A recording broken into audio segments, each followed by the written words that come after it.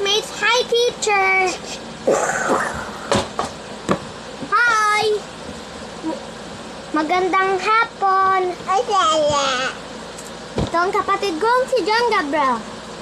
Hi, Amber. Ito si John Gabriel. Ang pogi niya. Pagpasok niya dapat friend mo siya. Tapos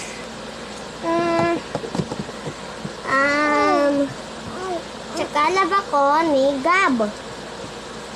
Tapos, nandito ang aking favorite na ate. Kana po.